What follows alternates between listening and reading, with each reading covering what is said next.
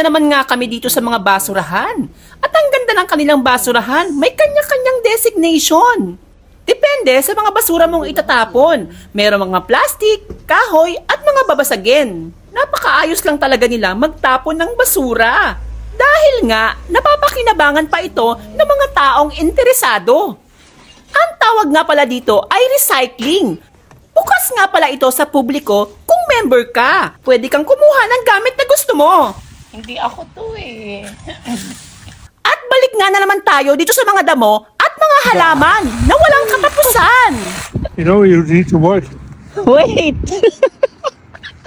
Ilang linggo na nga namin itong tinatrabaho. At hindi matapos-tapos. Dahil malaki nga ang lugar na nasasakupan ni Jowa, edi mas maraming trabaho. Lalong-lalo na sa garden. Walang katapusan pagputol, pagtabas, at pagbunot ng mga damo at halaman. At ito nga, another day, another vlog, pagkagising. Good morning! Mga alas 9 na rin pala kami gumising para magtapon na naman ng mga damo at halaman. Mga bagong tabas nga na naman ito ngayong araw. Kinarga na nga ni Jowa ang trailer sa sasakyan para dalhin ulit doon sa basurahan. Morning. May mga designated naman talaga na basurahan dito sa bahay na kinukuha ng mga basurero. Pero pag ganito na kadami ang basura, kami na mismo nagtatapon sa field or recycling station ng mga basurahan. At nung nakarating nga kami, wala pang masyadong tao at malinis pa ang field. Pagbaba ko nga ng sasakyan, hindi mabaho ang hangin. Hindi katulad sa Smoky Mountain, amoy bulok at di nabubulok. At binaba na nga ni Jowa sa trailer ang mga sako ng halaman. At ako naman ang tagakuha ng mga sakong walang laman at ilagay sa likod ng sasakyan. May ilan-ilan na nga rin mga tao na nagtatapon. At dito naman kami sumunod pumunta. Sa katabi lang niya, ang recycling o ang mga bagay na pwede pang pakinabangan. Kung ano-ano nga palang gamit ang pwede mong kunin dito kung alam mong mapapakinabangan mo pa. Yung iba nga dito ay matino at maayos pa. May mga designation nga pala kung anong gamit ang hahanapin mo. At dahil may mga libro nga dito, naghanap si Jowa ng libro How to Speak Danish from English. Nakakuha nga ako ng bag pang araw-araw din. At naglakad-lakad ulit sa kabila namang station. Dito naman may mga laruan at mga stop toys. Dahil maaga nga kami nagpunta, wala pang gaanong basura. At sa kabila naman, nandito ang mga babasagin. Nagandahan nga ako dito sa mga pasong ito. Pwede pang display. Dito naman sa kabila, ang mga gamit pang kusina ng mga babasagin.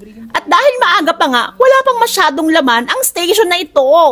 Madalas kasi, hapon talaga napupuno ang mga station dito. Nakakita nga ako ng malaking mangkok. Interesado ko pero hindi muna. Meron ding VHS at mga DVD. Minsan nga, may makikita ka pa mga antiques dito sa basurahan. Kaya madalas din dito si Jowa. Kasi yung mga nakukuha niya, binibenta niya. Mautak, di ba? May mga group page sila dito na bentahan. Parang marketplace o carousel.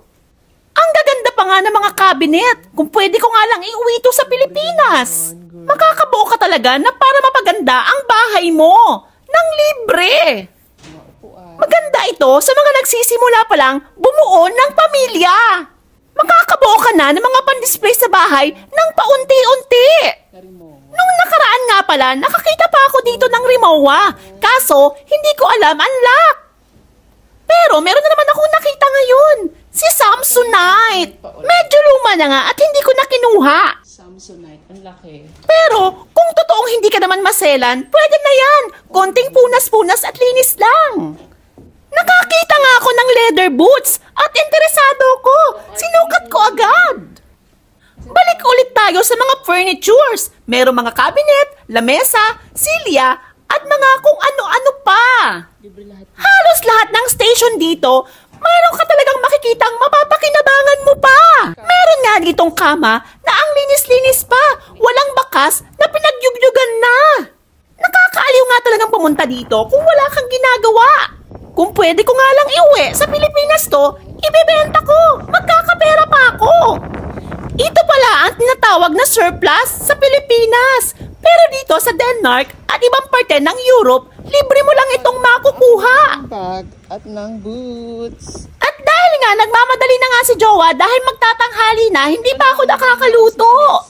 Kaya bumalik na ulit kami. Kuha tayo ng ako bag. Si Jowa upuan. Yung bag is made from Sweden. Ganda.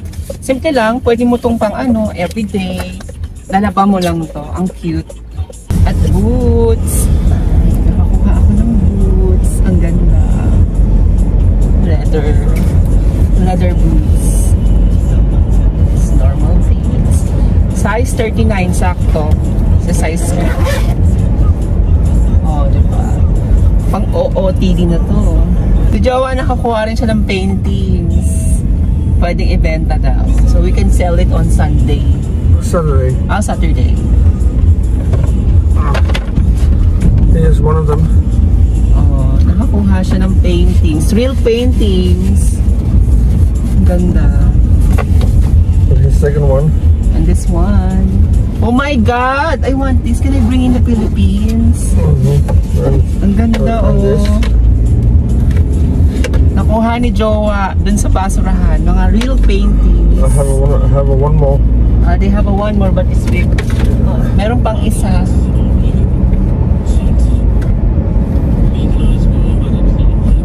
This one. Oh. Ang dami oh. Apat na paintings. At nung nakarating nga kami ng bahay, binabalang namin lahat ng aming mga napulot doon sa recycling. At aalis na naman kami para mamalengke. Mamimili muna kami sa supermarket. Ako nga pala, pagkagising ko, eto na yon. Ganito na. Wala nang ayos-ayos. Kasi wala naman taong titingin sa'yo dito. At nakarating na nga kami dito sa supermarket para mamili ng aming makakain. At kumuha nga si Jowa ng cart. Yung cart pala nito, may ini-insert na plastic coins bago mo siya makuha. At inisa-isa ko na nga yung mga kailangan ko sa kusina. Minsan din, nakakalimutan ko bumili ng mga kailangan ko. Kaya nga ngayon, nililista ko na. At balik na nga tayo dito sa kusina. Magluluto pala ako ng bolognese pasta. At dahil nga hinahabol ko dahil magtatanghalian na, binilisan ko na ang pagluluto. Dahil ang mga tao ay on time lagi dito, kaya bawal ang late. Hinahabol ko din kasi papasok si Jowa sa trabaho. Eto nga pala yung ni-request sa akin na tanghalian ni Jowa, ang bolognese pasta. At kakain na nga kami. Let's eat, my love. Look delicious, my love. Dito nga pala sa Denmark na ako natuto ng kung ano-anong luto. Ang sarap. Habang kumakain nga kami, merong nag-doorbell. Dumating pala yung kausap niya sa marketplace, yung bibili ng binibenta ni Jowa.